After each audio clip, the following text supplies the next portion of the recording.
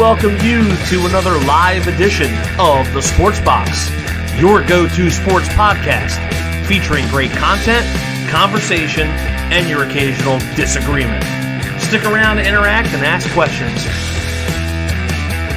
The Sports Box is brought to you by our sponsor, Showcase Sports, located on the White Horse Pike in Hamilton, New Jersey. Showcase Sports for the elite players. Ladies and gentlemen, it's showtime. Ladies and gentlemen, we are in the eve of the puck dropping on the 2022 Stanley Cup playoffs. We are here in the Sports Box previewing all the first-round matchups, making some predictions for the future, and to see who's going to raise Lord Stanley's Cup when this is all over. And I'm guessing it's still June, even though we're starting late this year. Brian Attard, Noah Deiler, Anthony Morella, Brant Meeks, having wall-to-wall, board-to-board, blue line-to-blue line coverage for you as the playoffs kick off tomorrow night. To all introduce ourselves, as you can tell, I am a Rangers fan. Noah is a Penguins fan, so we'll have our interesting conversations. Down to the right there, Brant is a Washington Capitals fan whose team just snuck in. And Anthony, for some reason, doesn't watch playoff hockey because. Well, I'm growing the playoff beard starting tomorrow. That's an excellent Flyers playoff beard. 2 to 3 years from now. I'm sure he's going to be supporting the, Claude Giroux down in Florida. I don't care. Whatever happens. To be honest, it'll be the closest they come anytime. Preview. Archie Spagnola from the Buzz. Let go Leafs go. Calling for a Leafs Avs finals. I mean, I think.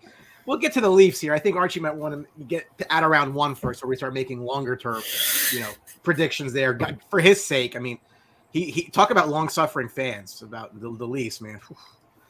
That's rough. Let's get started though. Before we get started, I want to talk about the 16 teams that did not get in the postseason. When you look at the teams that didn't get in, and let's exclude Vegas because I think that's a very easy one to say. Given the fact they probably should have easily got in this year and did not. That's a Vegas problem. But if you exclude Vegas, what teams do you see as best positioned to be in the dance a year from now? Anybody who wants to take that first? I have to think about this, Brian. I thought the Red Wings got off to a pretty good start this year, and they just kind of faded down the stretch because they don't have a defense or a goalie. I think Buffalo's close. They have a lot of good prospects coming up. I think they're a move or two away from they're not going to contend, but they'll be a playoff team. That's about it for the East. Out West, I mean, obviously it's Vegas, but they just had so many injury problems. Aside from them, probably depending on who Winnipeg loses, I mean, there's some teams out there that could get there next year. But again, none of these teams I don't think are contending by any means. I guess I'll go with two teams, kind of, an obvious pick and then, a more out there one. For the obvious pick, I'll go with the Atlanta Thrashers. The Winnipeg Jets. I thought they were a good team in preseason. I thought a lot of people had expectations that they'd at least make the playoffs, maybe even make a deep run. And for whatever reason, didn't even make the playoffs at all, finished sixth in the Central. I still think most of the pieces are there. I think, Hellbuck, maybe he had it down here, but I still think he's a very good goalie. Shifley's still there. Wheeler, Connor. They have Josh Morrissey as well. I think he's a very good defenseman. They have pieces there. As for, maybe a bit of an under-radar young team, I think the Ducks had a great start to the season. We're in a playoff spot for, probably until January, February. And then obviously their team is so young, they fell off towards the end. So I think with the young pieces they have, maybe if they keep developing how they are, they could surprise, especially because the Pacific, it's not the greatest division. I'd probably go with the Jets, and then as a wild card, shot in the dark team, maybe the Ducks. I don't want to steal anyone's thunder here, but a team I forgot completely, probably Vancouver. I thought they played a lot better after they cleaned house. It's a team with a lot of talent that's only going to keep improving. I don't know if that was your team you were going with there, T, but sorry who it was. That's okay. No, that's who I was going to say. I mean, they were pretty close this year. They only missed out by 7 points this year. They're a relatively young team. They've got some stars on that team. I think that, puck bounces a few times the right way this year for them. They could easily have been able to sneak in the playoffs over The Kings. But the King, like talking about a team that made it that we needed to be worried about, like the Kings. Like I think it was a little earlier for them. I think they have one of the best prospect systems right now with like Quentin Byfield, Brant Clark. They have like Alex Turcotte and a couple other guys that are considered, pretty decent prospects. And they, able to sneak in, and it's definitely not the old, Los Angeles Kings. Like it's a whole different team of a bunch of younger guys. So that's a team to be on the lookout for the next few years as well. I agree with Vancouver. I think that, again, you have to look for spots where a team can jump into a position because the team's going to drop off, right? So, obviously in the Pacific, is LA ahead of their time? Maybe. That opens up a spot for not only, again, the obvious pick in Vegas, but, Vancouver as well. So they're putting my team out west. Out east, I think Buffalo actually – I don't jump on that hype train easily. Like they've kind of like been this team, like, oh, they're going to finally make a move. I think it could be them. I also think if things break right, Ottawa's got a lot of nice young players. I think it's tough. But I think that division also is more difficult. They just need a goalie. Yeah. But I just look at them and like, somebody's got to drop off. I mean, unless Boston drops off, I don't think that there's an open spot on that side of the ledger, so to speak. So, but I definitely think Vancouver's got a legitimate opportunity. Of the division winners, so that would include Carolina, Florida, Colorado, and Calgary. Which one do you think is most likely to pull a Tampa Bay from a couple of years ago and just flame out, and pardon the pun, I didn't mean Calgary, but flame out in the first round and not advance? I'm going to go with the Flames on this one. Funny enough, another that was an unintended pun, I swear to God. But yeah, I mean, I remember a few years ago, I don't remember exactly what season it was. The Flames, I think, won the division as well, and they were another team that had very high expectations that year. And for whatever reason, I can't remember if it was the first or second round. Maybe they played a team like Colorado. The specifics are slipping my mind. For whatever reason, they completely underachieved. I like their talent. I like their roster. I think they have a lot of really good players. I love Matthew Tkachuk. I know a lot of people can't stand him, but I think he's one of those guys that if he's on your team, you love him. If he's not, you hate his guts. I think Gaudreau's a great player. But I've seen this in the past with Calgary. They have these great seasons every now and then where, they win the division. They're really high up there. And then they underachieve in the playoffs. And plus, they're playing a team in Dallas that we've seen, was only in the Stanley Cup final season before last. They still have some very good players there. I don't think their playoff position as a wild card is exactly representative of the talent they have. So, and plus the other three division winners, I mean, I think those are three of the top Stanley Cup contenders you're talking about overall. So I'll probably go with Calgary here.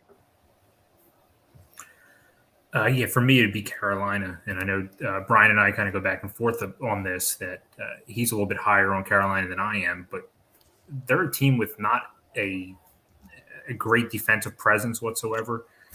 Tony DeAngelo can provide a lot of power play points for that team. Aside from that, I don't think they're that well-rounded defensively. They can score at will, and they're pretty good down the middle, which is very important in the playoffs. But goaltending has been lacking there for years. I think they got a great coach in Brindamore, but they're a team that I thought underwhelmed last year. I think that they get a little bit too much hype. I think they're a little top heavy, and compared to some of the other teams in the East, the East is a bear. I think it's going to be. I think of all the teams that we just mentioned, it's Carolina for sure. Grant.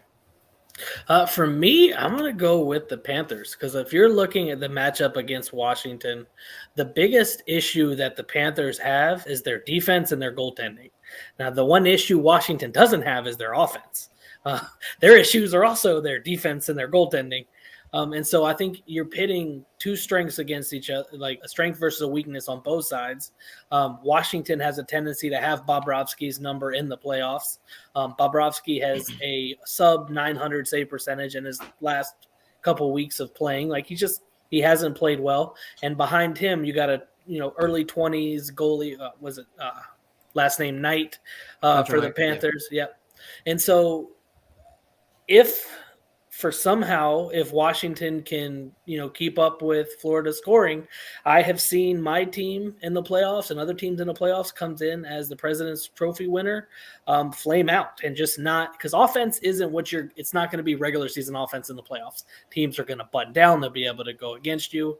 I think Florida is one of the deepest teams in the playoffs, but you just never know what happens. And being the President's Trophy winner always carries extra weight on top of every other, expectation for you. And to add to that, I think Laviolette usually has a higher seeds number, as we've seen in the past with him in Florida and with the Flyers in Nashville. He's always seemed to get his team ready to play a better team. So that wouldn't surprise me at all. I think for me, I like both Western 1 seeds to at least get out of the first round relatively easily, actually. Like, I really don't think – I think it's conceivable that Colorado and Calgary sweep both series. That's not out of the realm to me. I think that there's that much of a disparity in between them and their opponents. So if you come back to the East, I think both Eastern leaders are not out of the woods. They should win their series, but they're not out of the woods. Carolina has struggled with Boston historically, not necessarily this year, but they've lost to them 2 out of the past 3 years in the postseason. And, the thing that always scares me about Florida is the same thing that they're very Tampa Bay-ish from a couple of years ago before they were able to get over the hump and win a couple in a row, is they got into the playoffs and they just total egg. And I need to see Florida, them be able to play that playoff style hockey, because even last year, I think they lost in the first round, I believe, to Tampa Bay. And it was a bit of like a run and gun type series. I don't think Washington gets into that with them. I think that they can defend pretty well when needed. Yeah. Goaltending, I think, is kind of on par with each other. Like, I don't look, Florida's the better team. Don't get me wrong. They're the heavy favorite for a reason, which we'll talk about. But if Florida loses game 1, I don't know. Like, I think that, like, you're going to get a lot of doubt about, are we doing this again type thing. So again, we'll get into the individual series, but I think whichever way you go, it is one of the two Eastern side of things. So we mentioned those division winners. When you look at the other 12 teams, which non-division winner do you look at and say that they have a prime opportunity or the best opportunity to make a run to the finals? I guess I'll go with the boring pick to start. I'll go with Tampa Bay. I mean, 2-time defending champs. Most of the great players on their team, Vasilevsky, Point, Stamkos, Hedman, they still have really good depth. I think the main core of that team is there. And, I don't think they'll win the Cup this year because, winning 3 in a row, that's ridiculously hard, right? But, I do also have the mindset in the past. When I was talking about them last year, they're defending champs for a reason. They're kind of the favorites until someone proves otherwise. Now, I don't necessarily think they'll do it again this year because, like I said, winning 3 in a row, that's astronomically rare. But there's absolutely no doubt in my mind they could do it. The team is still ridiculously good. 2-time defending champs for a reason. I know, weird circumstances in their seasons, but let's be honest, they were the best team both of those seasons, at least in my opinion. So I think Tampa Bay is a pretty safe pick here.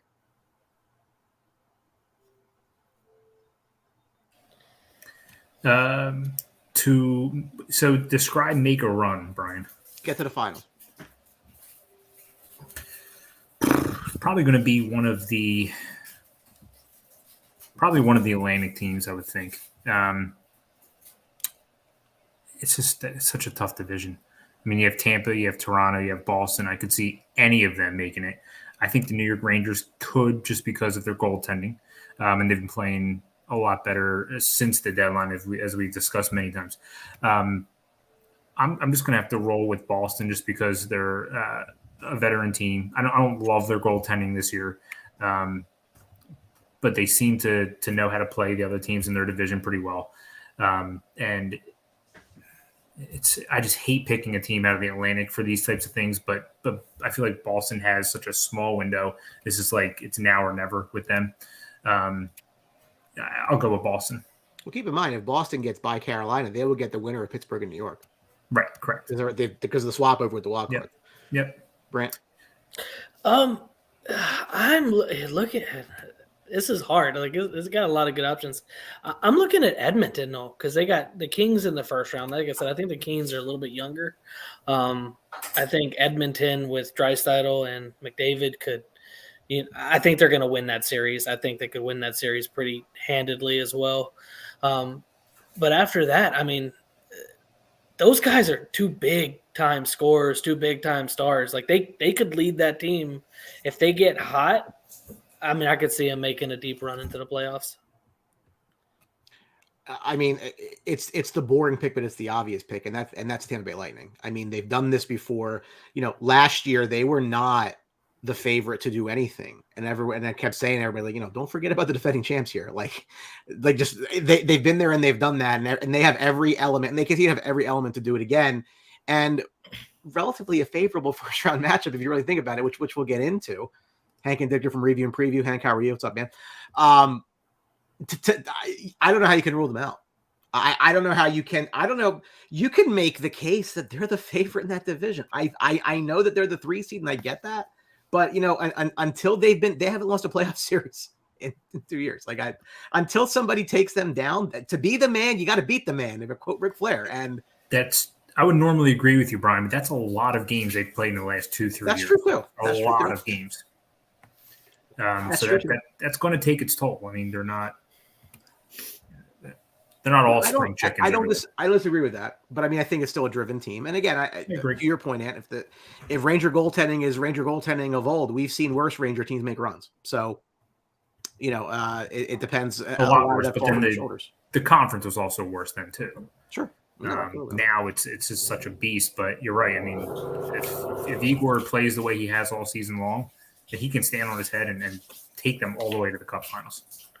I know. I was thinking about saying the Rangers, but I couldn't float your ego this early in the show. I couldn't do it. We have a solid 45 minutes to go for you to do just that. So we'll get there. Last, before we get into the individual series, which team is under the most pressure going into these playoffs? And for me, this is it's twofold, right? There's 2 teams that are under the most pressure, in my opinion. One is the Toronto Maple Leafs, because this is a story that has continued and continued and continued, where you have star upon star upon star player, and you can't even get out of round 1. And your opponent this year, when you couldn't get by Montreal a year ago, the defending champions. So the immense pressure on the Leafs, because at some point, if this doesn't even get to round 2, Dubas is gone. They're breaking it up. Like you can only go to the well so many times with the same group and not see any success and continue to think anything is going to change. And with the season Austin Matthews had, like, the heat is on in Toronto. And kind of for the same reason on the other side of the ledger, I think it's Colorado, because this is another team, again, they haven't gotten to the third round in a very long time. This is a team full of stars that's built to win now. Underwhelming endings the last couple of years. At some point, they have to get over it and make an appearance for a championship round. Like they haven't gotten to the conference finals. So, to me, those are the 2 big ones that are like blaring at me. The pressure is on for both of those 2 teams. Yeah, I'll go with Edmonton, and on the other side of it, I'll go with Florida, because on one hand, we talked about this at the deadline show.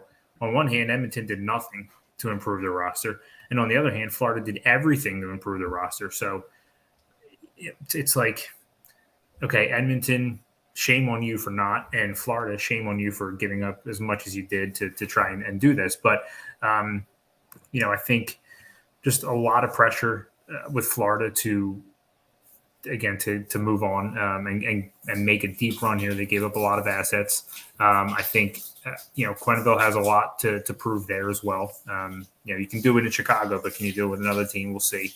And then also Edmonton, you've got these 2 studs that we talked about earlier that have not even sniffed the second round yet in these playoffs. And it's going to come to a point where, the whole entire roster is obviously already geared towards them and built around them, but you have to go out and you have to find other pieces to help these guys out. It's really a shame what they haven't done for these guys.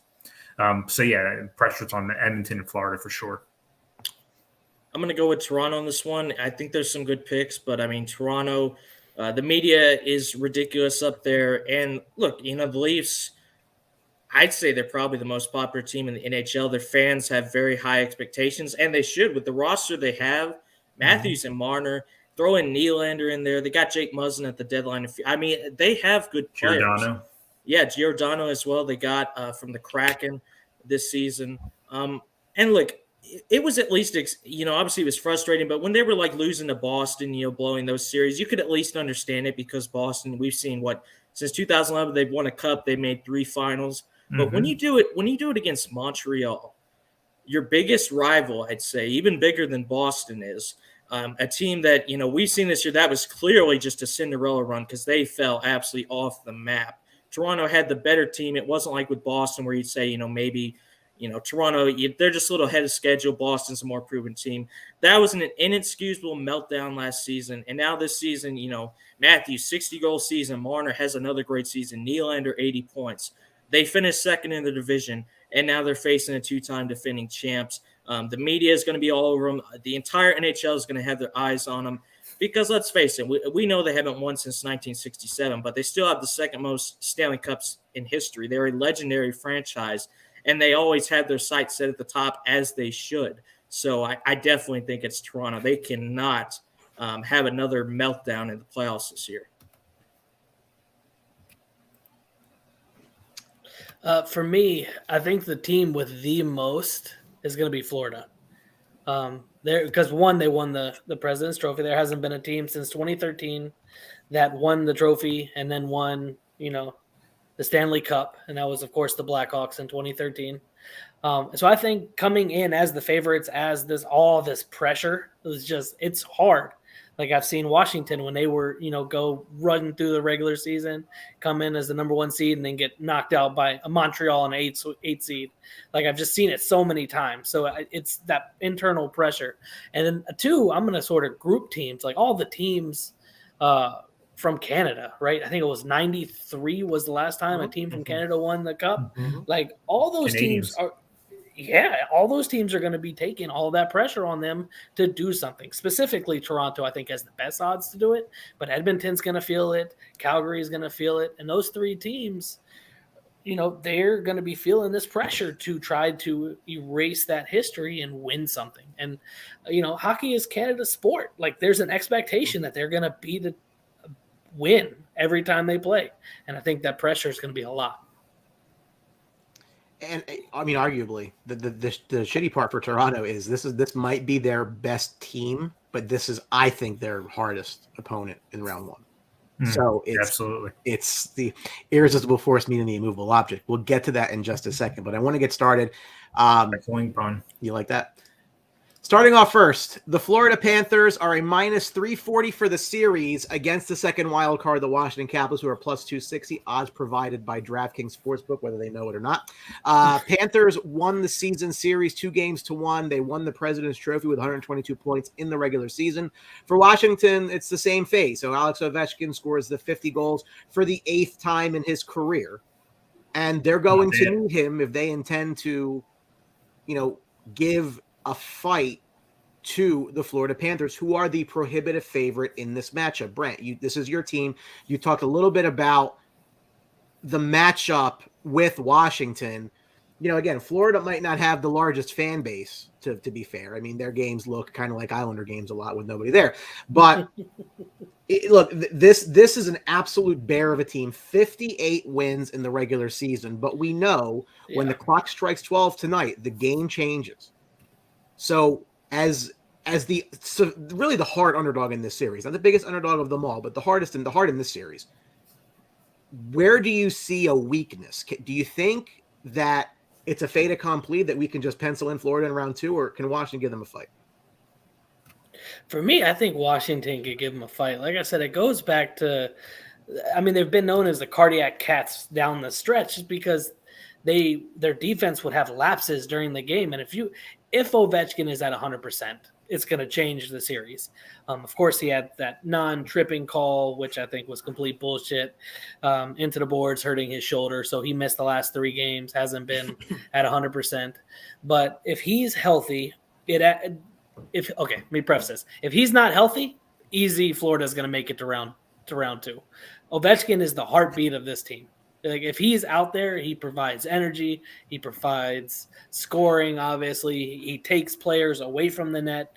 Like during the power play, you know where he's going to be at. He still scores there, and he still draws attention.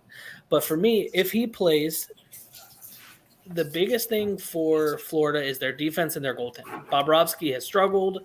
Knight has had to come in. I know last year during the playoffs, Knight had to come in and relieve Bobrovsky. He just seems to be on a little bit of a downtrend right now with the rest of this season. And that's their biggest flaw is their defense and their goaltending. If they're able to shore those up, they'll get through pretty easy. But if they continue to have those issues against a Washington team that can score and has good depth, I think you're going to see the pressure mount for Florida.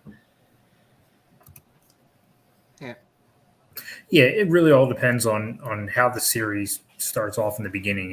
If the Capitals steal one or two on the road, I think they're in good shape.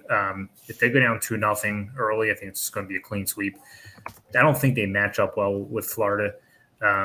Florida's just a very well-rounded team. They both have great coaches and great goaltending. And even if Bobrovsky isn't Bobrovsky of old, and Spencer Knight has to come in and steal some games for them, I think he's more than capable of doing so. I just don't think this is a good matchup for them. If anything, you need a guy like Tom Wilson to kind of set the tone early and let them know that this is going to be a series and it's not going to be a pushover. Can anything happen? Of course, it's the NHL playoffs, and the Capitals by no means are a bad team, but Florida's that much better. So I think I honestly think Florida wins this one 4-1. No. I think this will be a closer series than people might think. I think Washington will not go down with a fight. Without a fight, excuse me. I mean, Ovechkin, we all know what he is. He's brilliant. I mean, the guy's 36, and he still produces better than most guys that are 26. Absolutely incredible sniper. They have some good players on their team. The questions I have, obviously, Samsonov in net. I mean, he's still a pretty young guy, mostly unproven, so I would question that. I think their defense can be beaten. But I will say this on the other side. What I do question about Florida, as Jay Onright would say, Bobrovsky. I do not trust Bobrovsky in the playoffs. We've seen in the past, right? He has had some absolute calamitous meltdowns. I think they have great players. Like Jonathan Huberdeau is one of my favorite players in the league. The guy has always been a stud. Barkov, one of the best two-way guys in the league. Ekblad is finally developing in that kind of number one overall stud top two defenseman that we expected him to be. I just think Florida has a better overall team. That said, Washington, they still have a lot of guys there that do have that playoff experience. They're not going to go down without a fight. But Florida, I think, is just simply the better team. President's Trophy winners. I think they will win this series, but, I'll give Washington some respect. I think Florida will win it in 6 games. Brian, what are the Panthers with Giroux on the team? When they were like 16-1 or something. They've been hot down the stretch. They win face-offs. I mean, it's so tough to beat when you have an elite power play, good defense, and listen, I'm not trying to burst anybody's bubble on the show, but because anything can happen. There's no bubbles there. It's an uphill climb. It's a lot to ask, but Washington was tied for the league in road wins this year. So it's not as if they can't go in there. Again, if they sneak game one, I'm telling you right now, the doubt's going to creep into Florida. Because, again, they had expectations last year that they did not meet. And the goaltending was the Achilles heel last year. That has not changed. Both Washington and Florida give up about the same 2.95 goals a game in the regular season. Florida just bowls over everybody and scores over 4 goals a game. If that dries up in the playoffs, again, if they get to a spot where they don't score as easily, how will they react to that? Can they play a heavier game? Because Washington can. They've been through the wars of the Metro and the Eastern playoffs for many years. They're not new to this. So this is not a new experience for them, whereas Florida, for the most part, just showed up last year and didn't meet any expectations. So, again, do I think Washington wins? No. There's a reason they're a heavy dog. But I don't think it's a runaway. Like, I think it does go 6 games. I think they put a little bit of scare into Florida, and maybe that's the best thing for Florida, to not be on that high horse going into round 2 anyway, which is going to be another war series. So, again, Florida should advance, but I don't think they're going to walk away and sweep Washington. I think Washington's too proud for that, and they still have star players. And this is not a team that's, void of talent, to say the very least. The Toronto Maple Leafs are only a -120 against the Tampa Bay Lightning, who you may remember have won the Stanley Cup the last 2 years, and they're even money to get out of round one. Tampa Bay won the season series 2-1. Tampa Bay looking to win the cup for the third consecutive year, which has not been done since the New York Islanders from 1983, and they haven't won jack since, by the way. Toronto has not won a playoff series since 2004. That's my sophomore year of college, and I'm old. And why is it? Tell me why it's going to be different this time around. How will a team that has not won a playoff series in close to 2 decades going to dethrone the 2-time defending Cup champs? Because I think it might not happen. That's how the universe works, Brian. They lose to Montreal the year before, who now gets the 1 pick the next year, or has the best odds. And then the next year, you go and you beat the 2-time defending Stanley Cup champions, right? That's how it works. But in all seriousness, I think this is Toronto's best team yet. I think Tampa's finally going to run out of gas. They've been good, but they haven't been Tampa of old, obviously. Got some guys working back from injuries that haven't had their best seasons by any means. I just think they run out of gas. I think Toronto finally says, you know what, time to put up or shut up. Let's go out there and do it. And they're loaded. They're not great defensively, but offensively they're loaded and they're getting great goaltending. I do think this is the year finally. No. Sorry, Toronto fans. I just don't see it, man. Here's how this series is going to go. I think Toronto will get off to a good start. They go up 3-1. You know, the fans will be celebrating. Toronto media. Blow it again. They're going to blow it again. Tampa will win this series in 7 games for a few reasons. Number one, I think the biggest advantage I see for Tampa Bay, goaltending. I think Jack Campbell had a good season. He came in relief of Anderson, who got injured last year. But, I mean, Vasilevsky, we've seen what he can do in the playoffs. He is ridiculous, especially when it matters the most. I mean, his record in Game 7s, I don't even know how many shutouts in a row it is, but, I mean, it's absolutely ridiculous.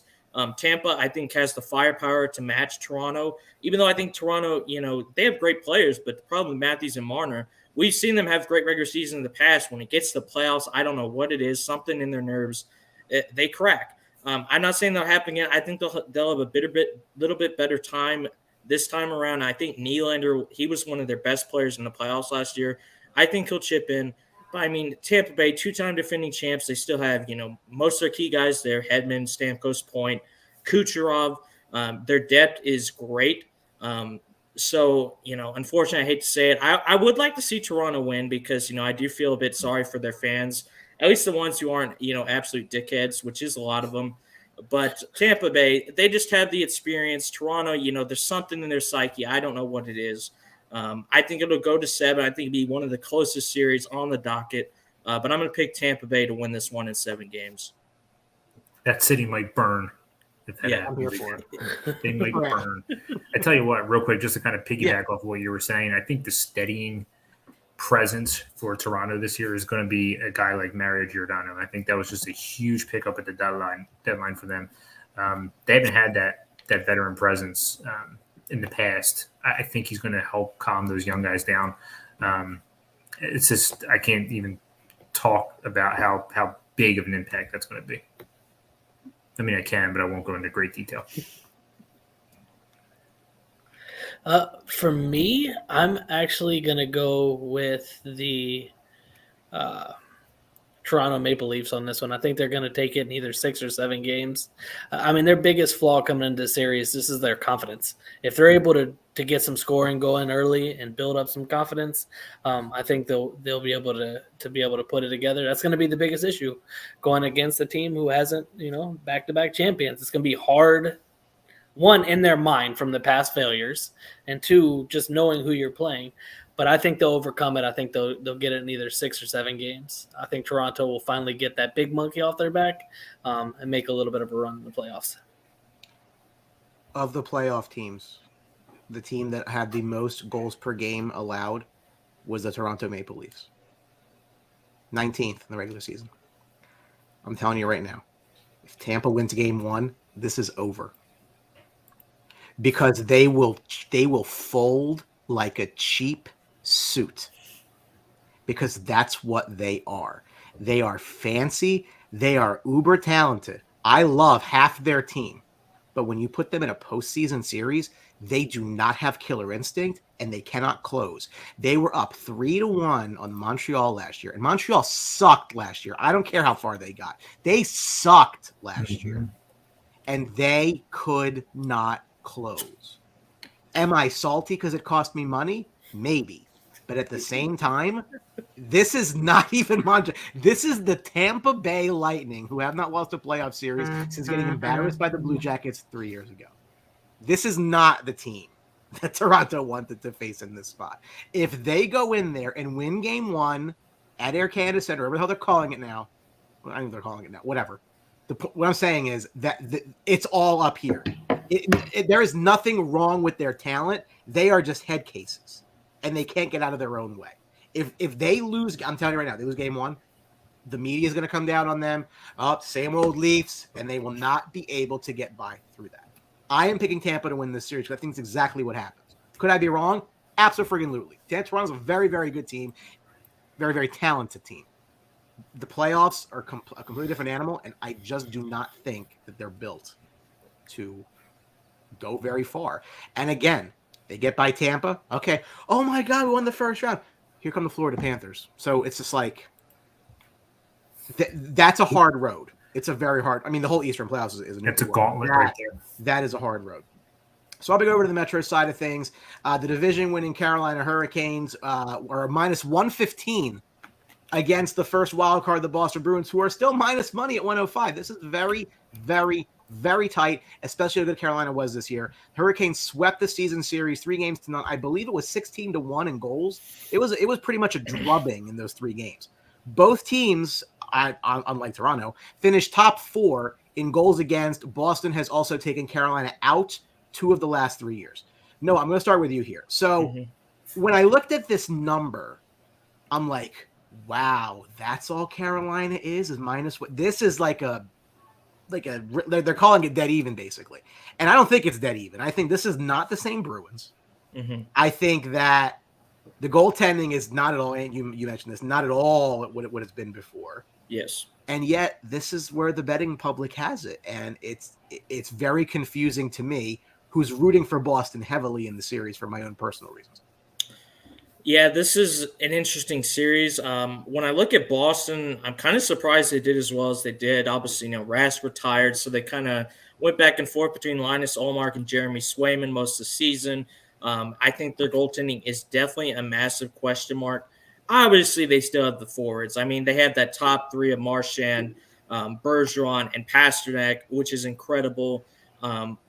I'm just surprised they did it. It says top 4 in goals against. I just, that's just a bit surprising to me with, I think their defensive core. I think Carlo had an injury most of the season. And, like I said, the goaltender's not the greatest. So the fact they did so well, I think they overachieved. As for Carolina, my biggest question mark for them, I always look at the goalies. Frederik Andersen, I don't know if it was the fact he's playing behind those trash Toronto defenses. Like, they were terrible. But even then, I saw some shots that went against him. I was like, really? You let that in? Now, what I will say, I thought he was actually good in the Montreal series last year before he got hurt. I thought it was one of the main reasons they were actually up in that series. What Frederik Andersen are you going to get? But I would at least take an inconsistent, Frederik Andersen to where he's talented. Can he actually do it in the playoffs? Over 2 guys, Ullmark's been a backup most of his career. And Swayman, I mean, did anyone even know who this guy was before the season? Like, he basically came out of nowhere. And I mean, the talent, I mean, their defensive core, maybe not the best defensively, but offensively, it's loaded. They still have incredible forwards. Sebastian Aho is one of the best players in the entire league. I'm going to pick Carolina to win this series. I'll give some respect to Boston because, they still do have a lot of players there that have tons of playoff experience. But I'll pick the Hurricanes to win this one in 6 games. Grant. I'm going Carolina in this one. I mean, Carolina just put it on Boston during the regular season this year. They went 3-0 against them. And I hate David Marchand's face. Like, I don't think there's any other player in the NHL that I would love to see Tom Wilson plow and, during a fight than Brad Marchand. When I'm looking at the teams, I'm looking at how they win against each other. the biggest strength of Carolina is their penalty kill at like right around 88%. And how Boston just went through like an over 39 streak on their power play. So if you're looking at special teams as a big factor in hockey, that's going to be a big issue. And I don't think they have any way of trying to break through that penalty kill, especially with the way that Slavin's been playing on the back end. I like Carolina to do this one in 5. I'll give Boston a game. You or me, Brian? Yeah, have at it. Okay, floor is mine. So I struggle with this one because I don't love Boston. I also don't love Carolina. I'm going to take the Bruins here just because of their experience. I thought they did a nice job bringing in some guys like Campus, Lindholm to secure that defense a little bit, shore that up in front of the lack of goaltending that they have. To me, this just boils down to who wins at home. Really, it's going to be tight. I just think Boston, they have such a better defensive presence than Carolina does. I think that'll ultimately be the end all be all in this series. But I don't like either team in this playoffs, to be completely honest. Even though I just said the Bruins probably be my team I think could make a run. That's only because of the leadership they have on that squad. But I don't love either team. When it boils down to it, I'm going to take the Bruins in the upset. It isn't much of an upset. Carolina was the best PK in the league through the regular season. So Boston's going to have to score goals, off of special teams. As somebody who was rooting heavily for Boston a year ago for obvious reasons in the second round, what was extremely frustrating was the fact that they couldn't score power play goals against a better defensive team, frankly, in the New York Islanders at that time. I have no idea how Boston didn't win that series, but neither here nor there. This is good. I think Carolina finds their way through. I am not rooting for it, but I think that is what happens. I think this is a lot closer than it appears at first blush. Wild card team against a Metro Division winner. I think it easily can go 7 games, and I think that at that point, does the pedigree of Boston come through at the end? Yeah, maybe. I can't rule that out. That's why this is a 115-105 type series. I think Carolina finds a way. I hope that they don't, because they're very, very good. But again, Boston might be on the way down, but they're not out yet. Boston and Washington are so similar to me in that, like, they and Pittsburgh to it even more extent. Like this might be like the last gasp, like, for that group. Yep. Bergeron might be on the way out at the end of the season. Like, they're just not the same team that we remember them as. So this might be their last run. This is a very tough series for me. I think Carolina squeaks by. I don't think they run away with it. I think it goes 6 or 7, but I do think Carolina finds their way into the second round. I hope that they don't, because they would face the winner of the next Metro Series, the 2-seeded New York Rangers and the 3rd-seeded Pittsburgh Penguins. The Rangers won the season series 3-1. This is their first playoff appearance since 2017. Pittsburgh has not won a playoff series since 2018, and they have lost in very dramatic, just blow-up fashion, sweep by the Islanders. They lost to Montreal in the qualifying round a couple of years ago. Last year, again, they just could not get out of the first round against the Islanders. Shaking his head. And Noah, I'll let you start here. And I know you're negative on your own team, and that's music to my ears. But it doesn't seem to me, given the fact that they struggled with the Rangers in the regular season and just the makeup of the Rangers compared to them, this is really I'm surprised that this is like an even money series both ways. Yeah, no, I agree. Pittsburgh stinks. They're going to get swept in this series. They have – okay. Here's what I will say. I know regular season games don't matter at all when it comes to playoffs, because winning some meaningless regular season game is a lot different than winning a 7-game series. But what I will say is, when I watched the last 3 games between the Rangers and the Penguins, it wasn't like, it was just, they got a lucky goal here or there. They won by 1. They won in overtime, something like that. No, I mean, the last 3 games, you might as well have put an adult advisory warning on those series with how absolutely battered and lubed up they got by the Rangers. I mean, it was embarrassing. What I will say about the Penguins. Very descriptive. Man, I just don't visual. Get me. But one thing I will say that, look, I never want to root for a player's injury, but one thing I say might work in their advantage. Tristan Jarry is day-to-day, and while I do like him, he did have a good regular season. the constant knock on him, right, has been playoff performances have been horrific. Getting a guy like Casey DeSmith in, remember a few years ago, Marc-Andre Fleury, kind of the same thing, was struggling big in the playoffs. It looked like Pittsburgh was going to go out. Matt Murray comes in. What do you know? They win 2 straight Stanley Cups. I think this might be a rare case where maybe having a guy that's a bit of an unknown might actually work in their favor. Crosby's still ain't great. Gensel's very good. Rust is a great top 6 forward. Malkin, he's declining, but we still know what he can do on his day. Letang is great offensively. Defensively, I think he's a bit of a pile-on, but, that's just me personally. On the other side for the Rangers, if it was the first half Rangers, if they kept playing the way they had the first half, I might pick Pittsburgh to win this series. Because when I was watching, the Rangers the first half, Brian, I think you'd agree with this. I saw a lot of performances where they got outplayed, but they won because Shesterkin absolutely stood on his head.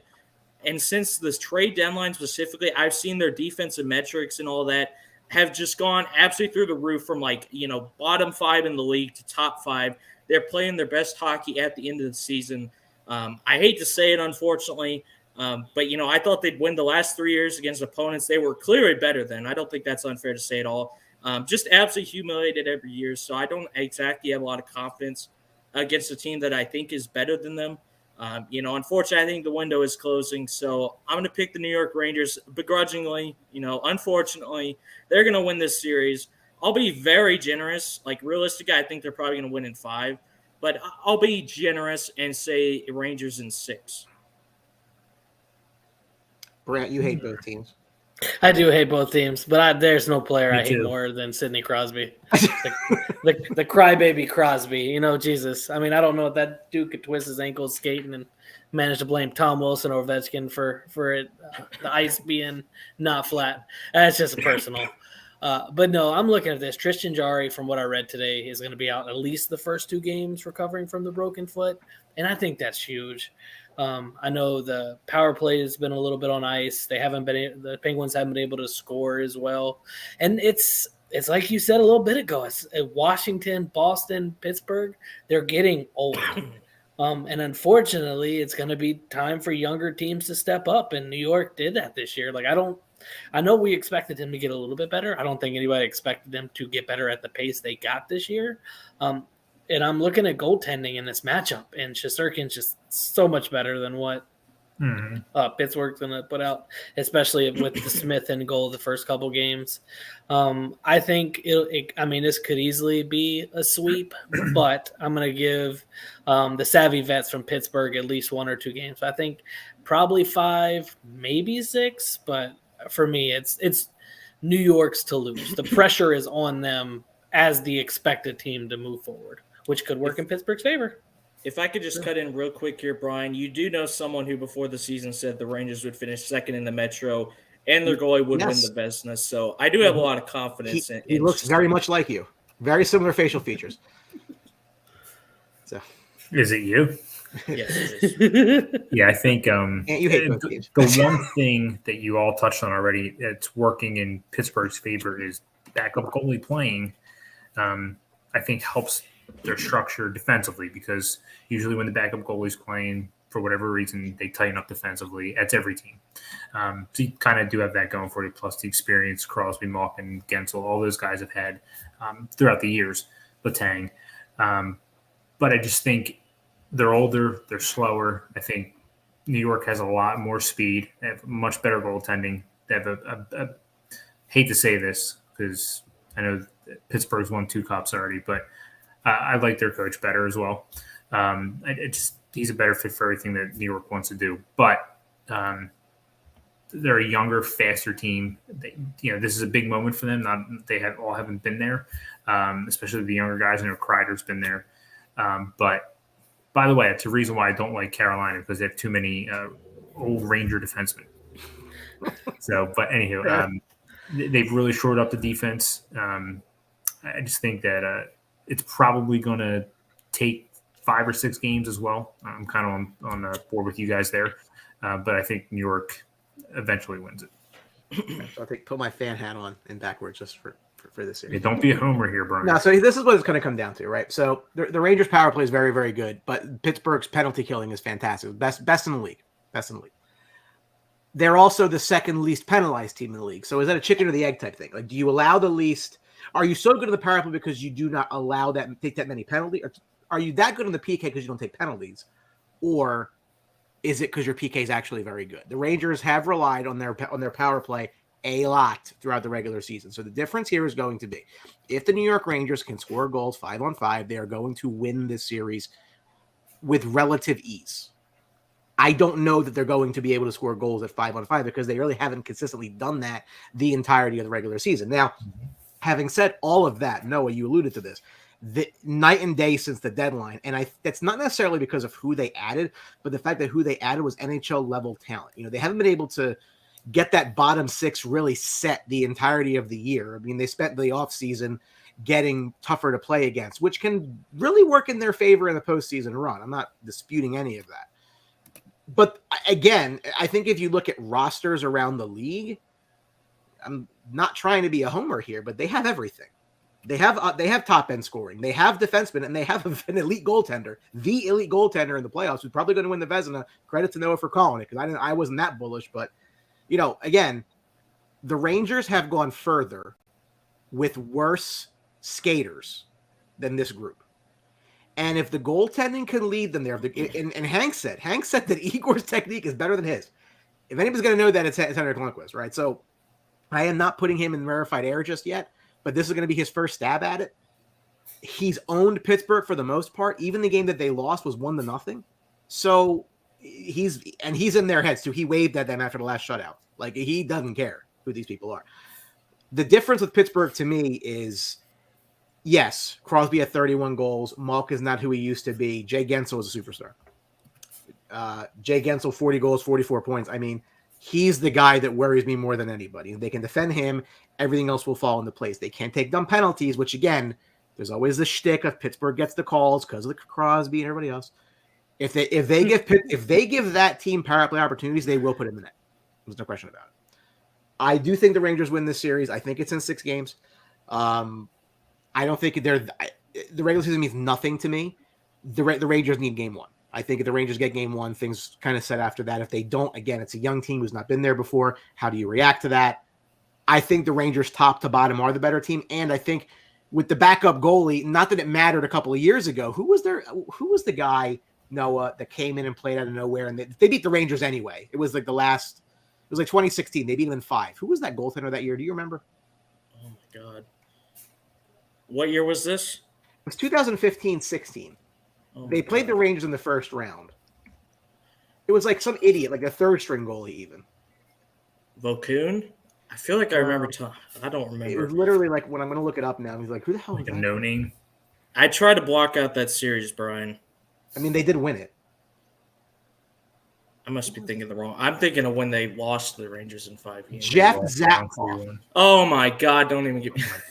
That's a name. Yeah, that's my point. But they won those. But they beat the Rangers with Jeff Zatkoff, right? So that's why I'm like, it's not. They won those Rangers teams had a. I mean, they always play down to the level of competition for whatever reason, and that was kind of like towards the end of that run. But I don't think that's the case this year. I think the Rangers are young. They're fast. They're very good. I'm a little concerned defensively still because outside of Adam Fox, who was not a defensive defenseman, there's not a ton there, but I think it's enough to get by Pittsburgh. This is the first year that Jacob Trouba has looked like an $8 million defenseman. I wish Alain Vigneault was still coaching the Rangers. I do not. Thank you. No, listen, and that's the other thing too. Gallant took Vegas in their first year on a run. I'm not gonna sit here and tell you the Rangers are going to the finals.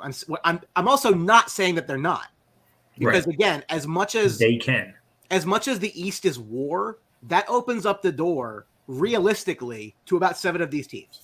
Yeah, and with all due respect to Brandt, I'm not taking a shot at his team. I think they're the 8th. Like I think you can make a legitimate case for any of the other 7 teams to make that run. And that's why, well, why not us? Because they do have the goaltending, and their defense, I think, is better than people give it credit for.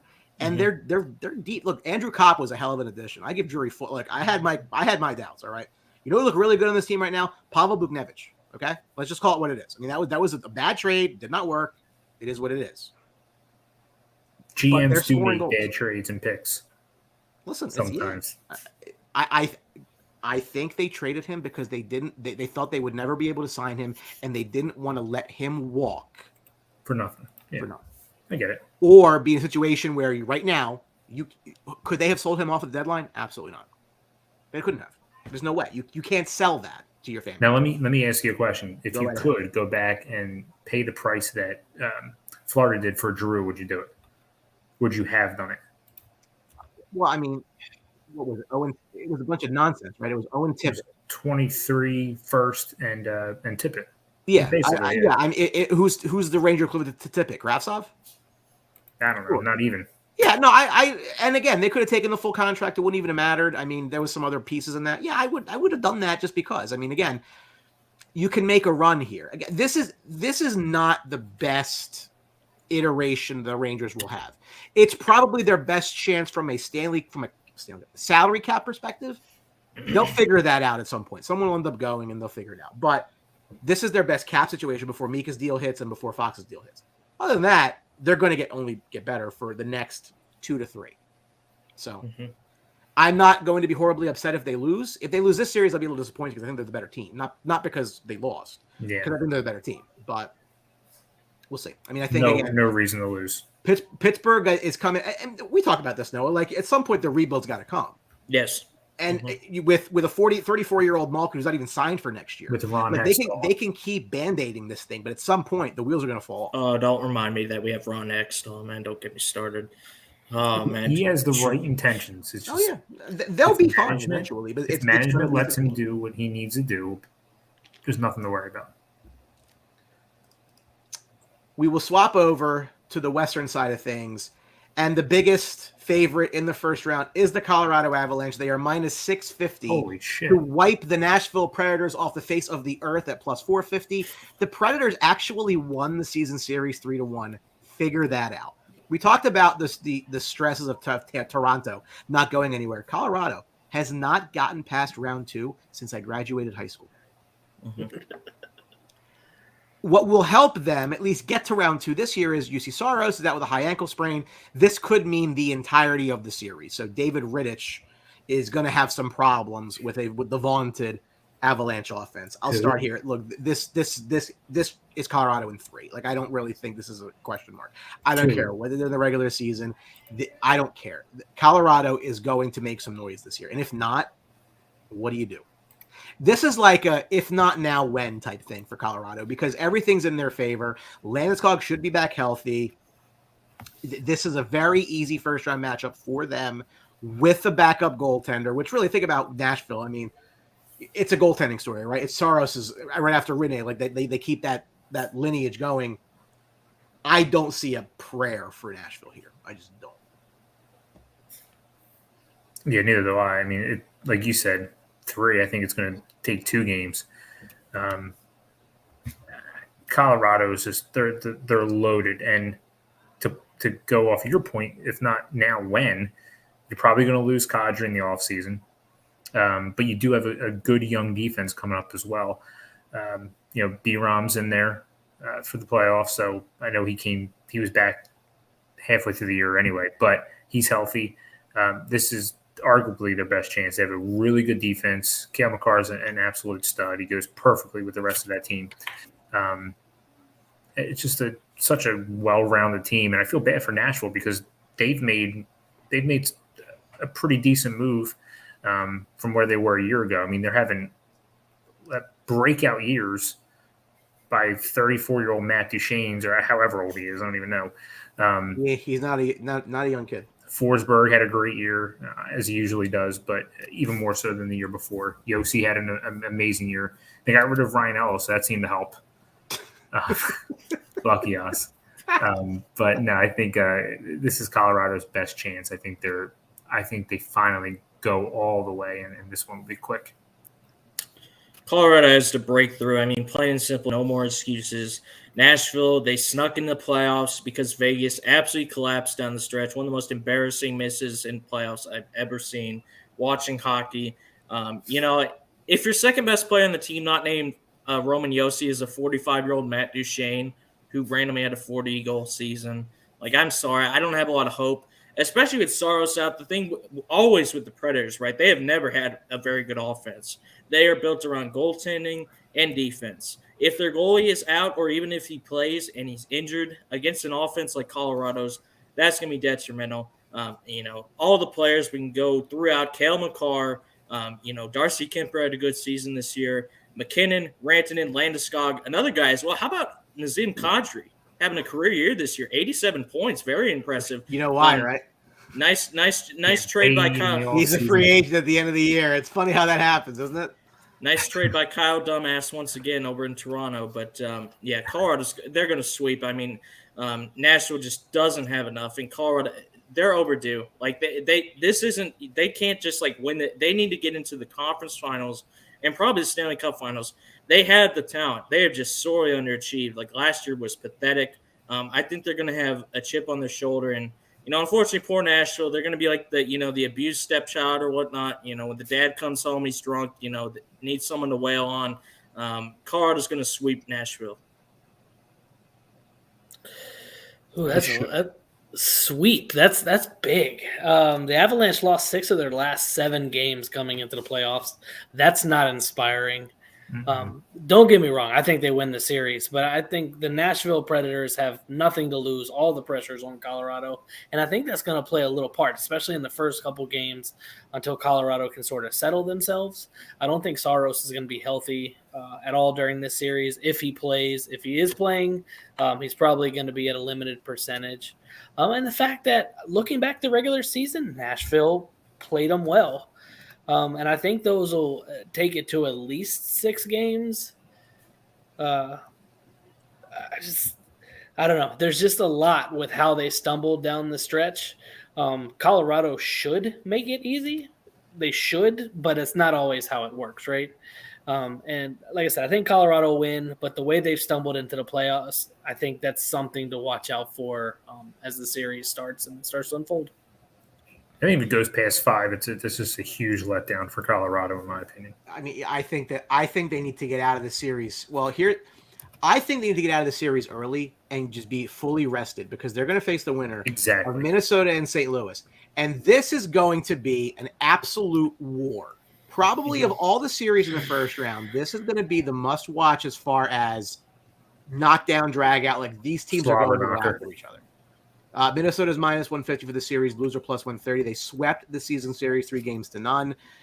The Blues boast the second best power play in the NHL, a problem for Minnesota, who had the 8th worst penalty killing and the worst of all the teams that made the playoffs. However, they did have Marc-Andre Fleury at the deadline. Their goaltending has been set. St. Louis has been absolutely on fire. I think they went 17 games in a row getting at least 1 point. Like, they have been ridiculous to get to this point and make it in. Anthony, look, this is a team that won a Stanley Cup a couple of years ago. The core of that team is still there. They've added some pieces like a Buchnevich. Minnesota as well. They bit the bullet with Parise and Suter, buying them out, who those deals were signed by somebody very well. Well, that's why I'm smiling. I mean, look, I'm going to get into that in a second. Their salary cap's a disaster for years to come. It is what it is. But they were an excellent team this year. I know that they're only a 2 seed, but look, they're behind Colorado, so like call it what it is. This is going to be a great series. Very, very tough to call. Where are you with this? I mean, I got to go with the hot team here. I'm going to take St. Louis. And not only are they hot, but they have the experience. They've been there. They've done that. So on one hand, you have Minnesota, who got rid of Chuck Fletcher, and they're so much better off for it, whereas we're not. And then on the other hand, you got breaks my heart. Blues and Berube, who could be looking at a second Stanley Cup this year if everything breaks right for them. So it's just, Flyers turmoil as it usually is. But I think the Blues take this in 6. I don't think Minnesota's quite ready. They're good, but I don't think they're quite ready yet. They have a lot of scoring, but they're getting scoring from guys like Matt Zuccarello and so many second and third line guys. Kaprizov obviously is Kaprizov, so he's going to score. But I just don't know that they have enough firepower to go up against St. Louis, who drafts extremely well. I was going through that today, actually. They got rid of Tage Thompson, who's having a monster year. Robert Thomas, Jordan Kyrou. I mean, just so many guys that are just they step right in. They're unbelievable. How about Ryan Hartman, who had a cup of coffee in Philadelphia, putting up 34 goals this year? There you go. There's another guy. That blows my mind. Braden Shen. But I would have done that deal like we've talked about many times. But yeah, St. Louis has been there, done that. They'll take the series. But Minnesota's on the up and up. Right. This was hard because I'm looking at the Blues. They're in the last 14 total games against the Wild. They're 12-1-1, which is just insane, right? Like that's then this spans 3 years of pure dominance. So how do you get that out of your mind? But also then you go back to the other side. Since Fleury went to Minnesota, he's been 9-2. Talbot's been 8-0-3. So it's not like they're struggling for goaltending there. Like it's going to be a great series. Mm-hmm. I'm leaning the Wild just because I like that tandem of Talbot and Fleury. I wish somehow he would have never come to Washington. I don't think he could have ever. Fleury would have never been able to make that move just out of respect to all the fans in Pittsburgh. But it's a good one. I'm gonna go Wild. I'm gonna say 7. That's but wild. I mean, you have 2 of the hottest teams in the league since early March. Like it's going to be an exciting series. This is tough, man. This is, I'd say, the toughest series for me to call. I was looking them over, and I'm like, oh my God, who am I going to pick to win this one? But I think I'm going to lean St. Louis for a few reasons. Number one, obviously, they had the playoff experience, right? They won the Cup back in 2019. Like Brian said, most of the team is still there, but even then they have, a couple guys that have come in. They brought in Buchnevich from the Rangers, scored 30 goals this season, 76 points. How about Robert Thomas? This is a guy of the future for him. 77 points this season. He's only 22 years old. He's great. Tarasenko, we all know what he can do. And then you add in guys like Kyrou, Barbashev, Shen, O'Reilly. They have good depth. Defense is good. Defense is very good. On the other side for Minnesota, I think Kaprizov's a stud. Like the fact he went from, rookie of the year to all of a sudden he's elite player year 2. He's incredible. He's going to get it done. Fiala's great. Zuccarello, another former Ranger, funny enough, had a great season as well. Hartman, like someone else said, 34 goals. Whether Talbot or Fleury play, I hope it's Fleury because obviously got a lot of love for that guy. But I think St. Louis just has better experience. And while I do think they're pretty even 5-on-5, like it says on that graphic there, Minnesota's penalty kill is terrible, and St. Louis is deadly on the power play. If Minnesota gets on the penalty kill a lot, look out because they have tons of weapons that can score on the power play. So I do think this series will go to 7, probably a few overtime games in there as well. But I'm going to pick St. Louis to win this one in 7. Ryan Hartman's goals per year going back to 2014-15. 0, 0, 19, 8, 3, 10, 2, 9, 7, 34. Is he a free agent too? At the age of 27. That's a good question. I actually don't know the answer to that. I know he scored 2 goals in 19 games in Philly and then decided, screw that, I'm going to go to Minnesota. Well, not that this is relevant whatsoever, but I can almost guarantee you Ivan Provorov is probably going to be a Blue next year as well. That's what you're hearing? Yeah. Him or Stanley.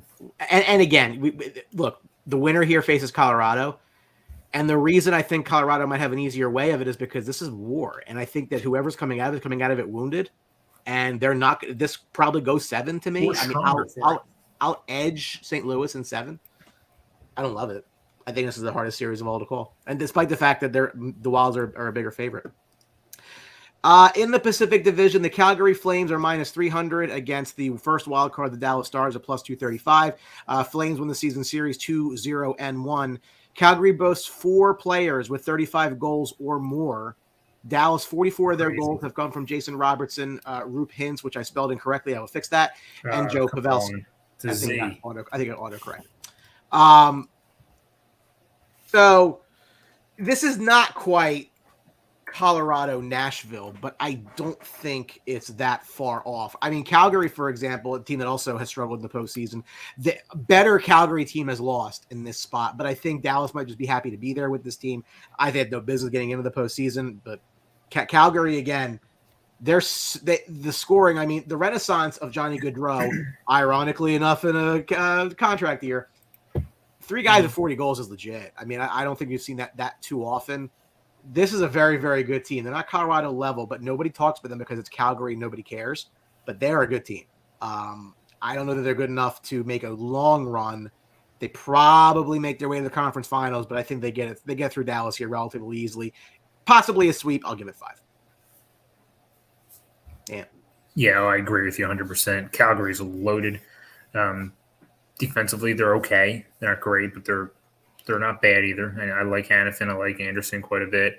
Goaltending's been fine. I think Markstrom's had a great year for them. But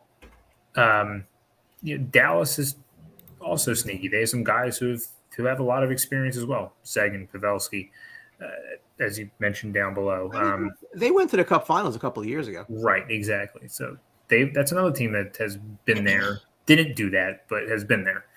I like the Flames in this. I just think Darryl Sutter will have them ready to go, as opposed to years past where they didn't have a guy like him behind the bench. This is their year. If they're going to do it, it's going to be now because they're going to lose guys. Their cap situation is actually pretty good, but they can't sign everybody. Well, that's the thing is players don't sign there. It's Right. not a big attractive market. Yeah, who the hell wants to play in Calgary? I'm sure the weather there is nice and freezing in December. Right. Well, for us it's nice, but other people prefer Florida. Well, that's the thing. Look, Matt Tkachuk's an RFA, Johnny Gaudreau's a UFA, so Andrew Mangiapane is an RFA, and that's you know what? Talk about now or never. This is definitely now or never for Calgary. Talk about a guy who kind of just came I out didn't of know it was nowhere. this bad. This is Always a good goal scorer, but I never expected this. Yeah. No. It's like you said, it's not quite Colorado series, but I don't see Dallas being able to keep up with Calgary in this. Their goaltending is not great. They've got 3 guys who score. And I don't think they have the depth to win up. I mean, most of the Stars get most of their offense from Pavelski, Robertson, or Hintz. Outside of that, it's been hit or miss. Yeah, for me, I got Calgary, and I'll go 4. Yeah, no, I got to go Calgary as well. I think Dallas, their top 3, Robertson, Hintz, and Pavelski, they're pretty good, all in the low 70s in points. But then after that, it drops down to 49 with Tyler Sagan, who I thought had a very disappointing season. I think Klingberg and Heiskanen are great, but I mean, when you have freaking 37-year-old Ryan Suter on your blue line as a major piece, I don't have a lot of faith in your blue line. I'm sorry. And then on the other side, those 4 goal scorers with 35 or more goals this season, Mangiapane, Lindholm, Tkachuk, and Gaudreau, that is a deadly top 4, especially Gaudreau. I mean, he was only like 7 or 8, 9 points, something like that off McDavid for the Art Ross. He had a ridiculous season. And I like their defensive core. I think Anderson, Hannafin, Shillington, and Tanev, that's a great top 4. All had a very good season, all ridiculously Tanev good. was a great pickup. Yeah. So great defensive metrics, great plus minus for me, even though that is a team stat. I think it means more for defenders. Calgary has had a great season. And while I did say, maybe they're the most likely to get upset out of the 1 seeds, I still think they'll get it done. But like Brian said, it is kind of now or never for them. So I'm going to pick Calgary to win this series in 5 games. What the hell ever happened to Sean Monahan? Yeah. He basically died. He fell off the face of the earth this year. I mean, not He's got really, one but- more year at 6.3, and then obviously he's going to be gone. Watch, he'll have a breakout playoffs and then get paid. That's the way it works, right? Last but not least, an old Smythe division matchup. The Edmonton Oilers are minus 250 taking on the Los Angeles Kings at plus 200. Oilers won the season series 3-1. If you talk about top-heavy teams, guys, is there a team that's more top-heavy than Edmonton? McDavid and Draisaitl both over 110 points. Third, Zach Hyman with 54. Not even half of what McDavid ended up. For the Kings, one singular playoff game win since they raised the Stanley Cup in 2014 when they beat the New York Rangers. They have won one game since that series. No, I'll start with you here. So, again, not exactly the same story as Calgary and, if not now, when, but, at some point, if there's not some tangible level of success in Edmonton, doesn't Connor McDavid say, F this, get me the hell out of here? Because it's not as if you're in a major market now in NHL terms, very successful market, probably in the last 30 years, the most successful market, but the 30 years ended in 1990. So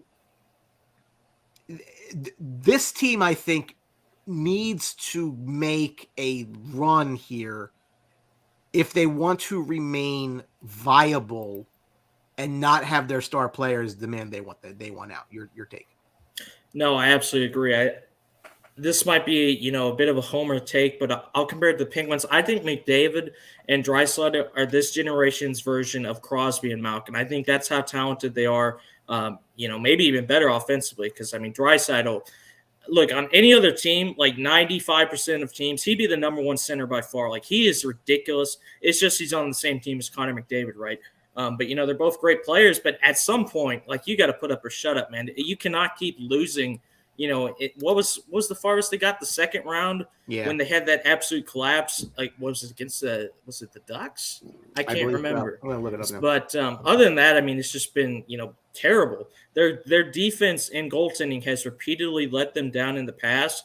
Now, I will say this is probably one of the easiest matchups they'll ever have. Don't get me wrong. I love what the Kings are building. I think they're ahead of schedule.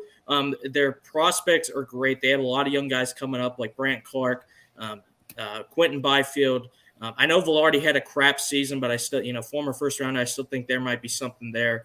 They have some young guys. But, Edmonton finally has to, have a pretty convincing series win here, I think. So I'm going to pick Edmonton to win this one. If Koskinen or Smith, whoever they're picking to start this series, has a good a series. On the other side, Quick, we know what he can do, but he's also 36. I don't think you're going to have another Cinderella run from the Kings, even though they have had two in the past. I think Edmonton's top two, even though there is a massive drop-off, like Brian said. I think they'll finally have that series where everything just kind of clicks together for them. They're both doing well. And while the Kings, very young, great job getting to the playoffs, capitalizing on Vegas's absolute choke job. I just think they'll ahead of schedule, and maybe next year they can do something. But for this one, I'm going to pick the Oilers to win the series in 6 games. 6 is a little long. I think the Kings have the worst odds of making the Stanley Cup at like a winning. They Stanley do. They're Cup. plus 6,000. As the ticker down the screen will show you, they are the longest odds. Yeah, I think this is going to be 4, maybe 5.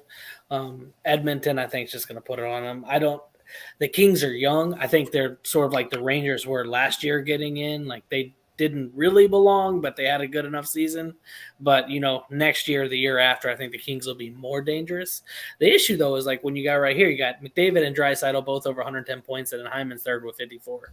Like, the fact that Edmonton has failed to put other players around them to help score is terrible. And I think it can. I think eventually McDavid and Draisaitl both lead Edmonton, especially if they bow out early this year. I do think they make it past the first round. I don't know if they have what it takes to get past Calgary in the next round, though. Yeah, I don't know. I struggle with this one too. On one side of this, Edmonton has probably enough talent up top just alone to get by. The Kings defense isn't very good yet. It's on the upswing, but it's not very good yet. And their goaltending is not very good. However, they're deep. They're pretty deep offensively. They have a ton of, 30, 40, 50 point scorers. A lot of young guys. A lot of guys that, want to be in that moment. They're young. They want to prove themselves. But I don't know. I don't love Edmonton. Their goaltending stinks. Their defense is just okay. Bouchard's probably the only guy that really stands out on that defense. But this is going to be a lot closer than anyone thinks, in my opinion. I think it's going to go 7, and I think Edmonton only closes it out because they're at home. Oof. I think both of these teams stink. You think Edmonton stinks, huh? See, I think you got to look at the Kings' special teams, though. They're both. Their power play and penalty kill are in the bottom third of the league. Like, that's going to be huge, especially with the stinging power play of Draisaitl and McDavid. Vander Kane. Yeah. Who's been not a revelation for them, but he's been a solid get. look, they should win this. Like, if you can't beat LA, I mean, let's not sit here and say LA is like wonderful and great. They're also happy to be here. Like, the difference between the West and the East are like the East. Like, again, you got like 7 teams. Out West, there is like 3, maybe 4. It's Colorado, Calgary, whoever wins that Minnesota-St. Louis series. Like, I think that Calgary will wipe. I think they beat Edmonton relatively easily. Mm-hmm. And I don't. And again, that's the Battle of Alberta, so it's like that's its own, storyline. But look, if Edmonton doesn't win this series, I think you're going to hear it. Like, there's just no way. Like, you got to get through here.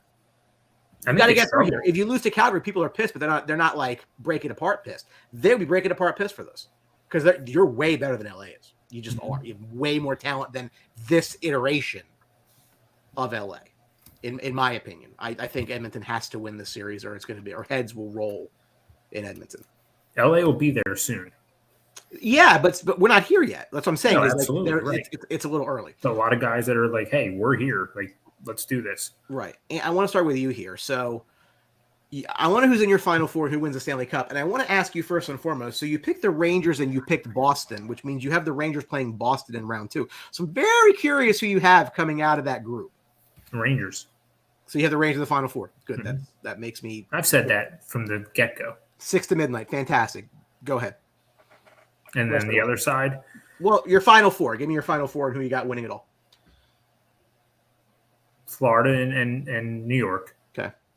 And sorry, Brian, but I think it's just you're a hair early there. I think Florida's just playing so well. Trying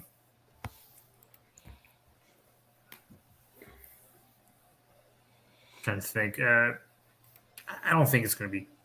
I really do like the Blues. I think they're hot. I really have a weird feeling they're going to come out of there. I do. I'll go with St. Louis, and then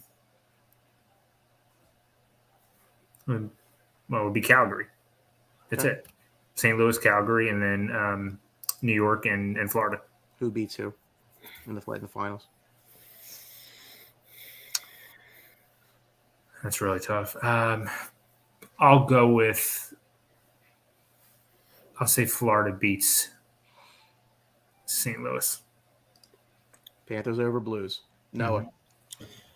So from what I have for the second round, I have Hurricanes versus Rangers. Sorry, Brian, but I'm taking the Hurricanes in that one. And then you have Lightning versus Panthers, rematch from last year. Once again, even though, Florida's ranked higher than the Lightning this season, they were also ranked higher than them last season when, Tampa Bay beat them. I think this is a ridiculous rivalry. I think it's going to be, very tough, very gritty. But I'll just edge the Lightning to get that one. So it would be Lightning and Hurricanes in the Eastern Conference Finals. On the other side, you would have Flames versus Oilers. The Oilers are going to get absolutely demolished. I don't care that's the Battle of Alberta rivalry. The Flames are just they have way better depth scoring. And Markstrom had a really good season as well this season. I've liked what I've seen from him as well. So I think the Flames would beat them probably in 5. And then the other side, you would have Blues Avalanche. I'll pick the Avalanche to win that one. They played in the playoffs last year, and at the Colorado swept them. I think it would be pretty similar this time. So you would have the Avalanche and Flames. I'll pick the Avalanche to win that one. And the other side, you would have Tampa Bay and Carolina. I don't think Lightning's going to strike 3 times. Pun completely intended. I'm going to have Carolina versus Colorado in the Stanley Cup Finals. And I'm going to I think it's tough. It's a close series, but I think Colorado will finally break through. They just have way too much talent. So I'll go Colorado over Carolina in the finals in 6 games. Grant. All right, so Final Four, I have Colorado versus Calgary, and then I'm going to have, Toronto versus the Rangers. And I think it's a final of Toronto versus Colorado. Brian would be very happy if it was Toronto. And I'm going to have the Avalanche beating Toronto. So the most interesting series to me, to be as blunt as possible, is Carolina-Boston, because I think that holds the key to a lot of it. Because I think if Carolina beats Boston, Carolina is going to go to the conference finals, regardless if it wins New York and Pittsburgh. If Boston wins that, I will say that New York can go to the conference finals, but Pittsburgh wouldn't beat Boston. So that holds the key to me. So I will say Carolina out of the Metro, but there's some caveats there. I still think they're very, very good. Until they are beaten, the Tampa Bay Lightning are coming out of that division, period. Until somebody beats them, because I think if they beat Toronto, and I think that they do, if Florida gets by, which they should, they're going to start seeing ghosts like Sam Darnold saw against New England. Like, they do not want to play Tampa Bay. That is not what Florida wants. Tampa Bay can beat them. Tampa Bay is deeper than they are in the bottom six, which is where Tampa's so good. I mean, you can say, hey, that third line's been the difference. You want to put up stars versus stars? Tampa can do that with you. But when you get deeper in the lineup, that might be the advantage that they have over a team like Florida. So I will say Tampa's coming out of the Atlantic. So I will pencil in Carolina on that. On the other side of things, if not now, when? Colorado has to get to the conference finals, or things are going to get bad. It's just going to happen. It has to happen now. I think it does happen now, because the winner of the Blues Wild is going to come in with, bandages and wounds and taking painkillers. So give me Colorado with an easier first round to get through the wounded team into the third round. And then again, Calgary and Edmonton is going to be a great series, but I think Calgary beats them. I will end up with the Lightning and the Avalanche in the Stanley Cup Finals, Lightning over Carolina, or the Rangers for that matter. And I do think Colorado is the one that finally dethrones them. But if you remember, the Islanders won 4 in a row, and they got to the finals in that year. 5 was the Oilers that beat them for the first one. Colorado could easily be a dynastic type team. I'm not going to say they're going to, but they can be. That's how good and deep they are, and young for that matter. This is finally the year that I think Colorado makes their move. I think this is the one they finally raise it. They've missed expectations for many years now. Now I think is the time they get by. And again, the storyline is to be the man, they beat the man, and they beat Tampa Bay in the finals. That's my current read on it. But if you had to pick a dark horse team to win it all, state your case. Mine's easy. All right, you go first then. Here we go. My hat. Because you have the goaltender, you can do a lot of things. And if things break their way, again, I'm not predicting anything, but if things break their way, if they can avoid Carolina, they will end up in the conference finals. And which I think they do. Even if it's Tampa, Tampa's road is harder. Tampa's road is Toronto, Florida. So it's not as if Tampa's going to come out of it unscathed, right? The Rangers played Tampa very well this year. And Tampa's played a lot of games. I keep harping on it. And that's another thing, too. Again, to that point. So is this the homer in me talking? Abso-freaking-lutely. But again, I think separate myself. At least you admit it. Say what? At least you admit it. They're out right now. They're out right now, and I freely admit that. They have a legitimate shot. They have a better shot than anybody possibly could have thought they would coming into this season. I love what they did at the deadline. They are a deeper team than anyone gives them credit for, and they have a coach who's done this. So, again, I am not predicting it, but I will say if I had to pick a dark horse team, it is the New York Rangers. So my 4 that I picked are the hottest teams in the NHL. So you have the Blues, you have the Flames, you have the Rangers, and you have Florida. I think one of those hot teams gets there and probably wins it. And so with that being said, I think St. Louis probably has the most complete team of the dark horses to get there. So and win it. They've been there. They've won it. They're coming back, I think, with more firepower than they had previously when they won it. Probably better goaltending as well. So they're such a well-rounded team. I think them. If I had to pick a second one, it would probably be New York. Puke. You're gonna go to the parade with me, right? If you come to the Eagles on me next time. That's not going to win. Brant, go ahead. So I'm looking at because I'm trying to do a dark horse. I'm going to try to go to the bottom 8 teams I got. So you got Boston at plus 1,600, Edmonton, Pittsburgh, St. Louis, Washington, Nashville, Dallas, and LA. I think the bottom 3, Nashville, Dallas, and LA, I don't think there's any chance that they go through. And so when I'm looking at a dark horse team, I'm going to look at a team that's got some veteran presence, that's got good goaltending. So there goes Washington.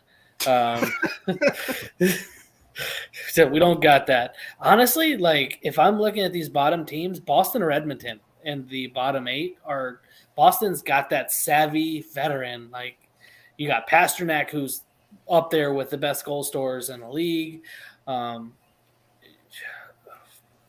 That team could make some noise. Like they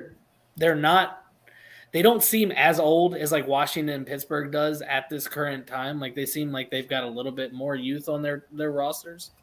And then Edmonton, like if you don't know, like it's the playoffs. Mike Smith has been a consistent letdown in the playoffs, but in his last 5 games, he has like a .966 save percentage. So if he's that in the playoffs, like he's a hot or cold goalie. If he gets hot, like you're not going to get anything past him. And so I would say one of those two would be my dark horse. I'll go with the Blues just because I think if they beat the Wild, which I think they can, even though I picked, Colorado to win the Stanley Cup, let's just say they have another series where they just absolutely collapse, they completely underachieve, and maybe the Blues, slip by in 7 games, maybe in overtime, something like that. They play a team like the Flames in the conference finals. Like I said, I think the Flames are good, but I don't think they're invincible by any means. If the Blues played the Flames, they would have a chance to win.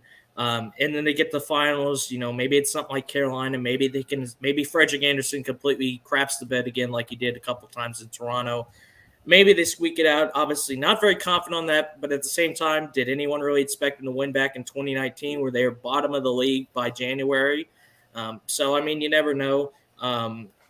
Probably not very likely. But if St. Louis could somehow get by Colorado, which is obviously way easier said than done, I think they would at least have a shot to get the finals. And, depending on whoever they play, how it goes, hot teams, never count on a hot team in the playoffs. Like everyone has said, they have been white hot, not even red hot. They've been white hot going in the playoffs. So I'd go with the Blues on this one.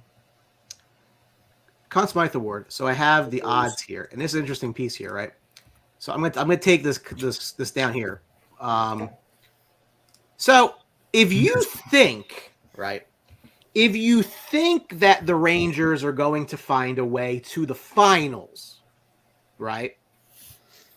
Shesterkin at plus 3,000 is really a call option on the Rangers winning the whole damn thing, because if obviously if they win, he wins the Conn Smythe. I think we all agree on that, right? Mm-hmm. So rather than place a bet on the Rangers 16-1, take the 30-1 on Shesterkin, because even if they get to the finals and lose, he could still win the Conn Smythe trophy the way losing goalies have in the past.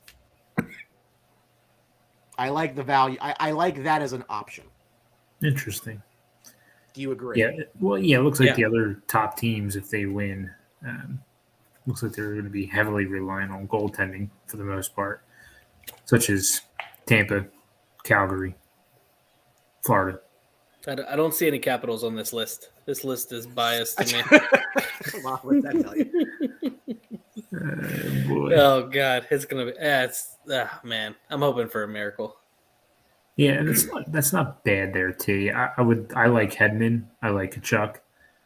See, but I think if it's Tampa, it's Vasilevsky has to be the one that gets them through. Not necessarily. Didn't Hedman win it the one year? He did. I think that got it. I want to say. With Darcy Kemper. Sheesh. It's just, that? but here's the thing though, right? Like the Oilers are both 30-1, right? Same as Igor, but that's because like who do you pick? Right. Mm-hmm. Whereas Igor is a clear. If the Rangers are in the ballpark, he's got a shot at it. Yeah, I'm taking Kachuk. That would be probably mine if I was a betting person, which I'm not. Probably he or Ekblad. They would be my two. Why do you think Kreider's not on this list better than? Yeah, it's odd too. Well, so it cuts off at the bottom. The last ones are Pasternak and Panarin, both at plus. The other one, that's where the Capitals are. No, they didn't even make that. Because I think it's obvious. It's the goaltending. The story is the Rangers are where they are because of their goaltending. So extrapolate that wherever they're going to get is going to be because of their goaltending. Brian, that's the way that you think, and that's not wrong. The Rangers are where they are because of your basement. I mean, did you want to see it? I have the. You have that much power. I do have the video here if anybody would like to. Oh God, Go ahead. So we closed on our house the day of Game 7 of the Eastern Conference Finals. I always joke with my wife that buying a house was the second most important thing going on that day. I think every third thought in my mind is about the team. I can't turn it off. My Ranger Man Cave was a project that I've always wanted to do when I finally got a house. Most wives would not sign up for that. If you remember, why you like the teams that you do, it's probably some of your first emotional attachments that you make when you're a kid. I can't wait to share that with him. When we can enjoy it together, it'll be the greatest thing. And he is now 4, by the way. So I've been watching this video for the last 4 years. Is what? How about that? Yeah. 4-year anniversary. Best 4 years of your life, right? Oh God. Happy anniversary to Brant Meeks and his lovely wife, by the way. Thank you. And then the last comment of the night. Can we all agree that this playoff format is garbage? Because it is absolutely terrible. Whatever happened to 1-8, 2-7? And listen, from the standpoint of my team's benefiting from this, right? Because the Rangers, I forget where they would have been, but they're getting the 7th seed in the East and not anybody better. It really doesn't matter. It's just bad. Okay, I don't know what else to say. I absolutely long for the days of old.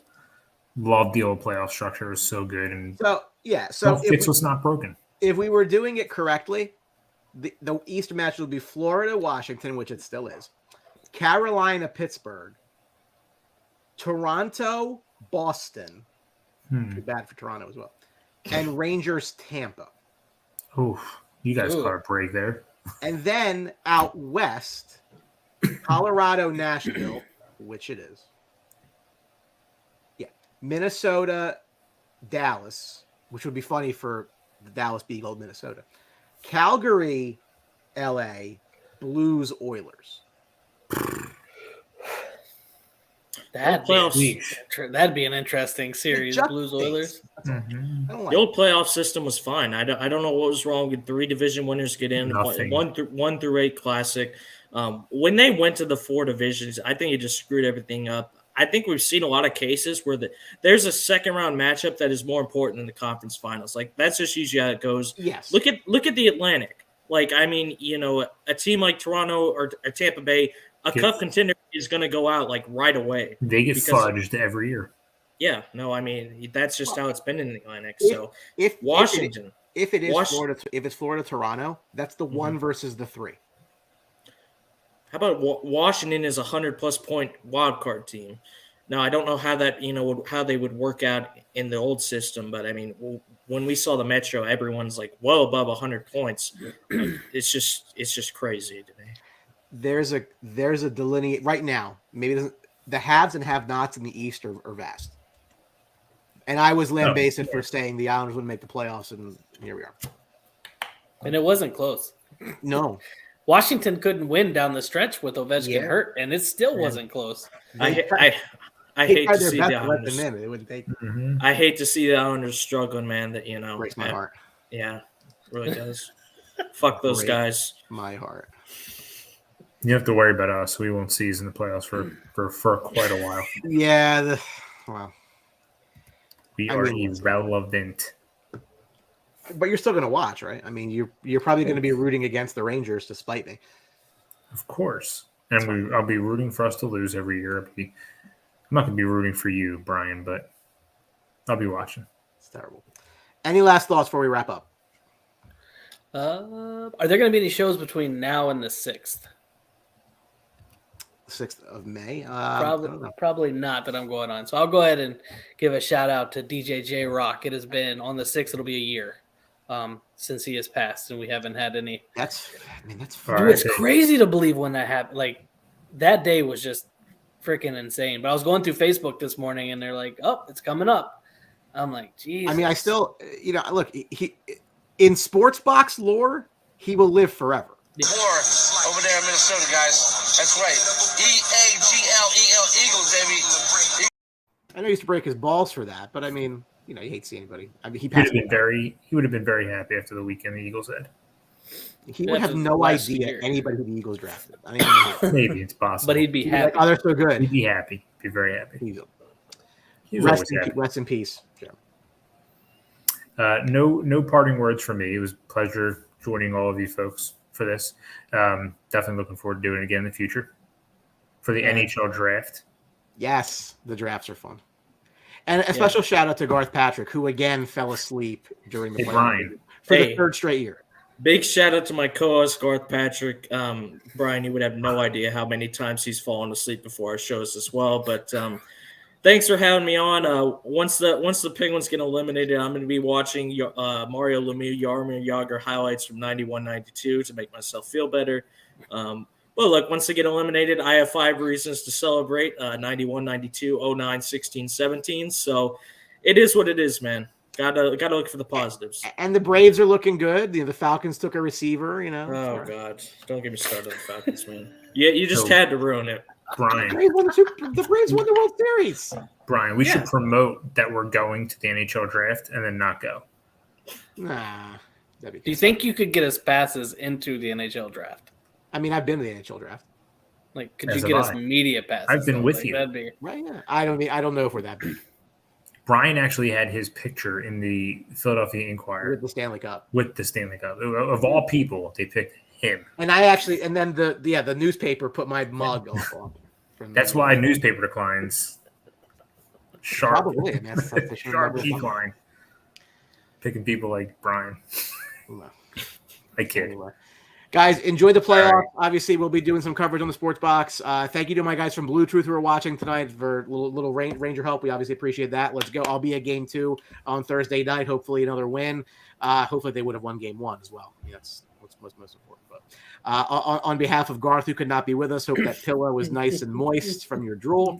Anthony, Noah, and Brant, enjoy the postseason. Thank you for watching, and we will catch you again. Won't be as stress-induced as yours. It's the playoffs are all stress and nausea for me. I enjoy none of it. I've got no pressure on me this playoff season. Nobody expects anything from us. Me neither. If we lose, we lose. If we win, it's going to be the greatest upset. On a personal note, for those who don't know, I passed my CFP exam, which was extremely stressful time in my life, going back from August to now. It was a lot. I can't begin to tell you how thankful I am that is off my plate, because now I can just be nauseous about this. And stressed about this, and not having to take another 6-hour exam in July, which I had previously failed. So yes, thank God. I'm past that. I'm done with that guy.